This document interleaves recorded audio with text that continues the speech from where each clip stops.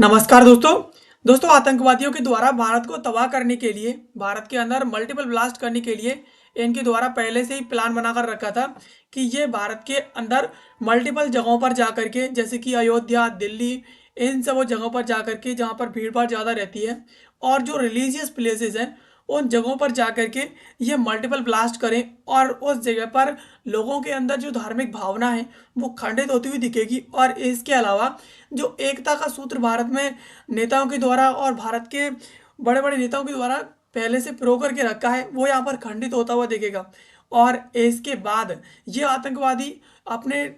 जो मॉड्यूल है आतंकवाद का इनके द्वारा जो बनाया गया है व्हाइट कोट टेरर मॉड्यूल, उसमें और अधिक लोगों को भर्ती कर सकेंगे। ये इनका बहुत बड़ा प्लान था, लेकिन इस प्लान को रेड फोर्ट के सामने जिस प्रकार से ये कार ब्लास्ट हुई है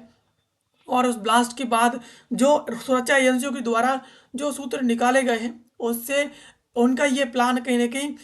पूरी तरीके से फेल होता हुआ नजर आ रहा है। यानी जिस प्रकार से इनके द्वारा व्हाइट कोट टेरर मॉड्यूल्स बनाया था कि इस मॉड्यूल के थ्रू ये भारत के अंदर आतंकवाद को पनपाएंगे और आतंकवाद को भारत की स्ट्रिक्ट पॉलिसी होने के बावजूद भारत में आतंकवाद को पूरी तरीके से फैला करके रख देंगे। ये प्लान कहीं ना कहीं इनका यहाँ पर फेल होता हुआ नजर आ रहा है। चलिए इसके बारे में थोड़ा और विस्तार से समझते हैं। तो यहाँ पर जिस प्रकार से इनके द्वारा व्हाइट कोट टेरर मॉड्यूल्स बनाया था जैसे मोहम्मद नेटवर्क के द्वारा, तो यहाँ पर डिफेंस एनालिस्ट या सुरक्षा विश्लेषक है मेजर जनरल डीसी घटोच, इनके द्वारा कहा गया कि यहाँ पर जिस प्रकार से आतंकवादियों के द्वारा व्हाइट कोट टेरर मॉड्यूल्स बनाया था जिसमें इनके द्वारा भारत के डॉक्टर्स और अदर जो व्यवसायी हैं उनको इस प्रकार की जो टेरर कॉन्स्पिरेसी है उसमें इनके द्वारा जैसे मोहम्मद के द्वारा खास तौर पर जोड़ने की कोशिश की गई थी। और ये जो नेटवर्क है पूरी तरीके से यहाँ पर फैलाया जा रहा है, वो जम्मू कश्मीर में फैलाया जा रहा है। और इसके अंदर जो कॉन्स्पिरेसी फैलाई जा रही है वो प्रांत चेंज ऑपरेशन की कॉन्स्पिरेसी फैलाई जा रही है। इसमें रणनीतिक तौर पर दिसंबर और जनवरी में यहाँ पर जब रसिया के जो प्रेसिडेंट है व्लादिमीर पुतिन उनके द्वारा इंडिया का विजिट करने के लिए सेट करके रखा है कि वो भारत विजिट के लिए आएंगे, तो उस दौरान इनके द्वारा मल्टीपल ब्लास्ट करने के लिए, यानी यहाँ पर भारत के अंदर विदेशों से कोई राजनेता या भारत का अच्छा दोस्त कोई भारत के अंदर ना आए, इस प्रकार इस थ्योरी के लिए यानी इस माइंडसेट के साथ यहाँ पर भारत के अंदर आतंकवादी काम कर रहे हैं और भारत के भोले वाले डॉक्टर्स को यहाँ पर एक टेरर मॉड्यूल्स के अंदर पूरी तरीके से उन्हें कन्वर्ट करके रख दे रहे हैं और उनका ब्रेन वॉश ये आतंकवादी जो संगठन है वो इस प्रकार से कर रहा है। और इसके साथ यहाँ पर प्लान बनाया गया है कि यहाँ पर मल्टीपल ब्लास्ट कंडक्ट किए जाएं 26 जनवरी तक, यानी 26 जनवरी तक भारत के अंदर जगह जगह पर जाकर के मल्टीपल ब्लास्ट कंडक्ट किए जाएं, जिससे देश अदर देश के जो नेता हैं उनको लगे कि भारत के अंदर आतंकवाद बहुत ज़्यादा है और भारत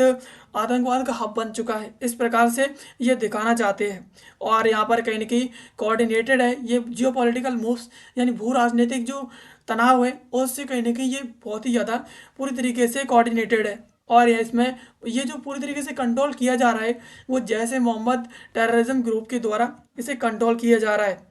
और सेंटर के द्वारा इसे सिग्नेचर किया गया है, यानी इसे देखा गया है। इस प्रोपेगेंडा को पूरी तरीके से पोस्टर्स के ऊपर, यानी कश्मीर के अंदर जो है इस प्रोपेगेंडा के पोस्टर्स सेंटर के द्वारा देखे गए हैं। और इसके अलावा एक्सप्लोजिव्स खरीदे गए हैं जो कि पूरी तरीके से पाकिस्तान की आर्मी से लिंक्ड है, यानी पाकिस्तान की आर्मी और सरकार से लिंक्ड है। जो एक्सप्लोसिव जो विस्फोटक हैं वो पाकिस्तान से खरीदे गए हैं। तो इससे कहीं ना कहीं जो जैसे मोहम्मद आतंकवादी ग्रुप है उससे इसका लिंक सीधे तौर पर देखा जा रहा है। ये नेटवर्क है वो काफ़ी वर्षों में यहाँ पर बनाया गया है भारत के अंदर, जिसमें काफ़ी स्लीपर जो सेल्स हैं और इसके अलावा रेडिकलाइज जो पीपल्स हैं उन्हें इसमें जोड़ा गया है। और इसके अलावा उन लोगों को भारत से बाहर ट्रेनिंग के लिए भी इनके द्वारा भेजा गया है।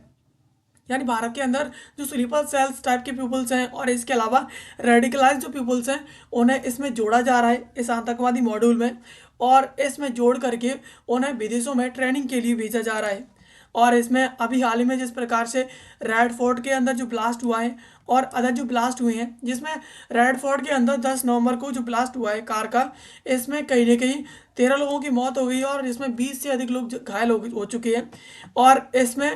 अराउंड 2900 किलोग्राम अमोनियम नाइट्रेट है वो इसमें यूज़ किया गया था जैश के मेंबर के द्वारा बॉम्बिंग के लिए,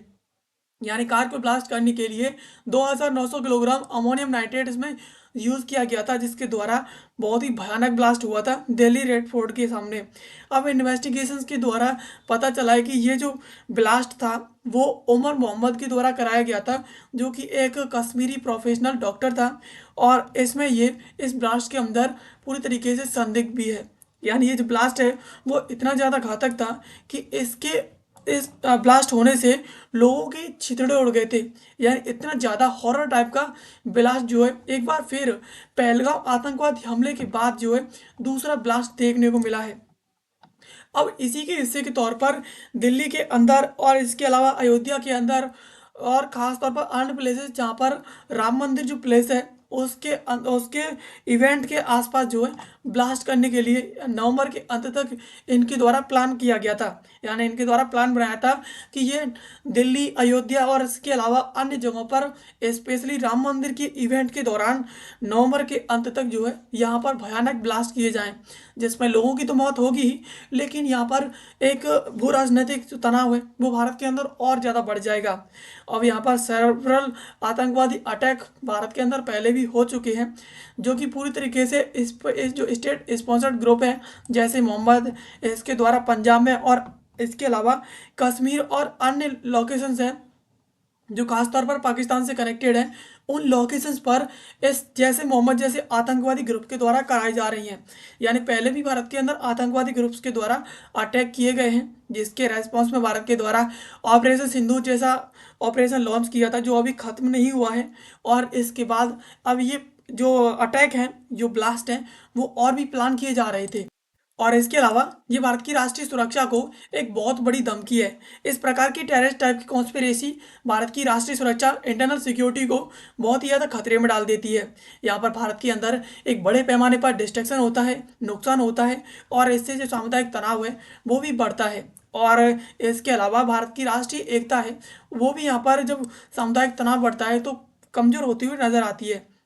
और इसकी साथ ही जिस प्रकार से इसे पाकिस्तान से जोड़ा गया है और इसे यूएस के द्वारा इन्फ्लुएंस किया जा रहा है, तो जैसे मोहम्मद जैसा ग्रुप एक बार फिर से इस प्रकार की हिम्मत कर रहा है। और भारत के अंदर ऑपरेशन सिंदूर के बाद इस प्रकार की इसकी जो नई रिएक्शन है वो भारत के अंदर देखने को मिली है। और ये जो नेटवर्क है वो भारत के डिफरेंट डिफरेंट पार्ट के अंदर स्लीपर सेल्स और एजुकेटेड जो प्रोफेशनल्स हैं उन्हें यहाँ पर टेररिस्ट अटैक्स के अंदर और इसके अलावा नए नए रूट्स के अंदर स्लीपर सेल्स की थ्रू ला रहा है। यानी ये भारत के अंदर एजुकेटेड जो प्रोफेशनल्स हैं उन्हें भी अपना निशाना बना रहा है, और इसके अलावा उनकी ब्रेन वॉश करके उन्हें पूरी तरीके से आतंकवादी कॉन्स्पिरेसी के अंदर पूरी तरीके से ये जो ग्रुप है वो भारत के अंदर ला दे रहा है और उन्हें भी एक आतंकवादी बना दे रहा है। अब इंडिया के रेस्पॉन्स और इसके अलावा नेसेसरी स्टेप्स की बात करें तो भारत सरकार के द्वारा पहले से ही ऑपरेशन सिंदूर चलाया हुआ है, और ये कहीं ना कहीं टेररिस्ट बेसिस को टारगेट करता है और कश्मीर के अंदर जो टेरर एक्टिविटीज़ है उन्हें कहीं ना कहीं कश्मीर के अंदर खास तौर पर रिड्यूस करता है। मोदी गवर्नमेंट के द्वारा ये क्लियर कर दिया गया है टेररिस्ट को कि यहाँ पर हर सुइटेबल रेस्पॉन्स दिया जाएगा उनको, और कब दिया जाएगा और किस पैमाने पर दिया जाएगा ये भारत खुद तय करेगा। यानी आतंकवादियों के खिलाफ भारत एक कड़ा रेस्पॉन्स देगा, उन्हें किसी भी प्रकार से भारत अब स्वीकार नहीं करेगा। ऐसा मोदी गवर्नमेंट के द्वारा पहले से क्लियर कर दिया है, और उन्हें किस टाइम पर जवाब देना है, किस प्रकार से देना है, किस मैनर के साथ देना है, वो भारत सरकार तय करेगी और भारत की आर्मी तय करेगी। ये भारत के प्राइम मिनिस्टर के द्वारा पहले से ही क्लियर कर दिया गया है। और इसके अलावा भारत के द्वारा एक नई डॉक्ट्राइन, टेररिज्म डॉक्ट्राइन खास तौर पर अडॉप्ट की गई है। इसके द्वारा क्लियर किया गया है कि किसी भी प्रकार से ना तो टेररिस्ट को सहन किया जाएगा और ना ही टेररिस्ट को स्पॉन्सर करने वालों को सहन किया जाएगा, उन्हें यहाँ पर बहुत ही ज़्यादा करारा जवाब दिया जाएगा। यानी भारत के द्वारा जिस प्रकार से ऑपरेशन सिंदूर को चला करके रखा है ये अभी भी जारी है, और आतंकवाद के खिलाफ भारत की एक बहुत बड़ी मुहिम है। और इसके अलावा भारत के अंदर सिक्योरिटी एजेंसीज के अंदर एक बहुत अच्छी कोऑर्डिनेशन बनी हुई है, और इसके अलावा फ्यूजन जो सेंटर्स हैं उनके अंदर इंफॉर्मेशन शेयर की जाती है। और इसके अलावा promotion of real time intelligence are necessary, यानी रियल टाइम जो इंटेलिजेंस है उसे बढ़ाना बहुत ही ज़्यादा ज़रूरी है। और इसके अलावा यहाँ पर एम्फेसाइज किया जा रहा है साइबर जो टेररिज्म है उसे रोकने में, और इसके अलावा साइबर जो टेररिस्ट टाइप की जो एक्टिविटीज़ हैं और इसके अलावा उन्हें ट्रेनिंग दी जाती है उसे भी यहाँ पर रोका जा रहा है, और पब्लिक के अंदर अवेयरनेस फैलाई जा रही है कि वो इस प्रकार की आतंकवादी गतिविधियों में शामिल ना हो। खासतौर पर ऑर्गेनाइजेशन जैसे कि आर्मी, और इसके अलावा नेशनल सिक्योरिटी गार्ड एनएसजी, और इसके अलावा नेशनल इन्वेस्टिगेशन एजेंसी एनआईए, ये साथ साथ मिलकर के काम कर रही है टेररिज्म को पूरी तरीके से काउंटर करने के लिए, एलिमिनेट करने के लिए, और इसके अलावा उनके खिलाफ हर एक कड़ा और स्ट्रॉन्ग कदम उठाने के लिए भविष्य में।